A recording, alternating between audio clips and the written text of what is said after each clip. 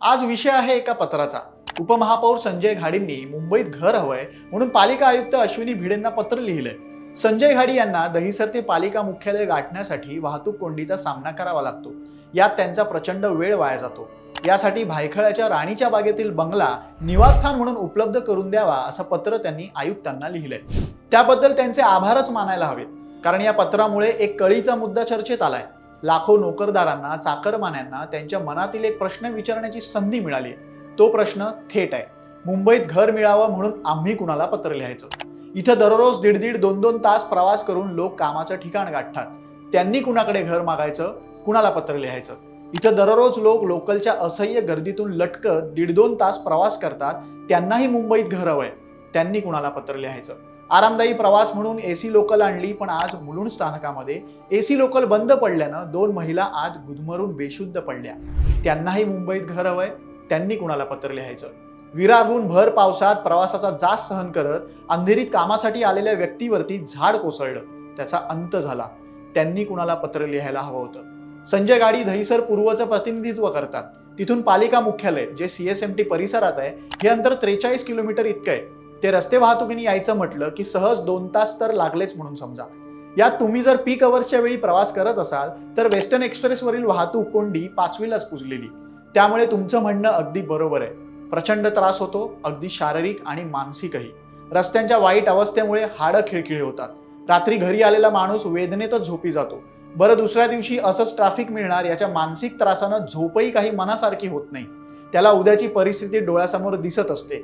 आता या प्रवासाला पर्याय काय? तर मुंबईची लाईफलाईन लोकल, तिची भयंकर अवस्था आहे। दहिसर स्थानकात एखाद्यानं पीक अवर्सच्या वेळी लोकलमध्ये चढून दाखवावं, त्याला लोकल भूषण पुरस्कारच देता येईल।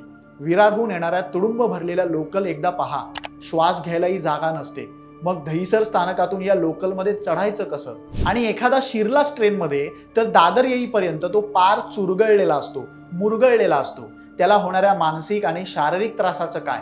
दुसरा पर्याय मेट्रोचा, पण थेट सरळ सोट सेवा नसल्यानं वेगवेगळ्या मेट्रो बदला, मग ते खर्चिक ठरतं। मेट्रोचा रोजचा प्रवास काही परवडत नाही। हा खर्च टाळण्यासाठी मुंबईत अनेकांना घर हवंय, त्यांनी कुणाला पत्र लिहायचं? बरं, ही झाली पश्चिम उपनगरातली परिस्थिती। पूर्व उपनगरात तर याहून भयंकर परिस्थिती आहे। बदलापूर, अंबरनाथ, कल्याण, डोंबिवलीहून आज दक्षिण मुंबई सोडा, अगदी BKC जरी गाठायचं झालं तरी रस्ते वाहतुकीत 1 वे 3 तास सहज जातात। पावसाळ्यात तर भयंकर परिस्थिती उद्भवते। याचा अनुभव आलेले अनेक व्हिडिओ याआधी सोशल मीडियातही व्हायरल झालेत। त्यावर समदुःखी लोक व्यक्त होतात, व्हिडिओ शेअर करतात। अशांनाही हवंय की मुंबईत घर, मग त्यांनी कुणाला पत्र लिहायचं?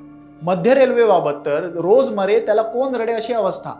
आज अगदी बदलापूर, वांगणी, नेरळ भागातून दररोज लोक कामासाठी मुंबईत प्रवास करतात आणि त्यांच्यासाठी मध्य रेल्वे हाच सर्वोत्तम पर्याय वाटतो। हा सर्वोत्तम पर्याय किती वेळ घेतो?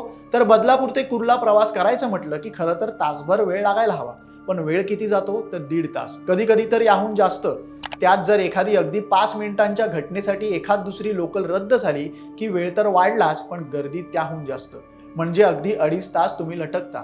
या लोकांनी कुणाकडे घर मागायचं, कुणाला पत्र लिहायचं ते कोणी सांगेल का?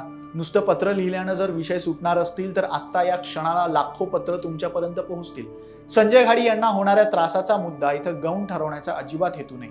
ते तर मुंबईचे उपमहापौर आहेत, मुंबईकरांची मोठी जबाबदारी त्यांच्यावर आहे। त्यामुळे त्यांनी वेळेत पालिका सभागृहात पोहोचणं हे महत्त्वाचं आहेच, त्यात अजिबात दुमत नाही। पण जे उपमहापौराला भोगावं लागतंय ते सर्वसामान्यांना दररोज भोगावं लागतंय। हा त्रास कमी करता येईल का याचा पुन्हा एकदा विचार व्हायला हवा। तसं जर झालं तर एकाही मुंबईकराला, अगदी तुम्हालाही मुंबईत घर मागण्याची वेळ येणार नाही। शेवटी रोजचा प्रवास हा सफर न होता सुकर व्हायला हवा, हीच मुंबईकराची इच्छा आहे। व्हिडिओ आवडला असेल तर शेअर करा, तुमचं मत कमेंट करून नक्की सांगा। मुंबईशी निगडीत बातम्या अपडेटसाठी लोकमत मुंबईचं YouTube चॅनल सबस्क्राईब करा, Facebook, Insta पेज फॉलो करा। धन्यवाद।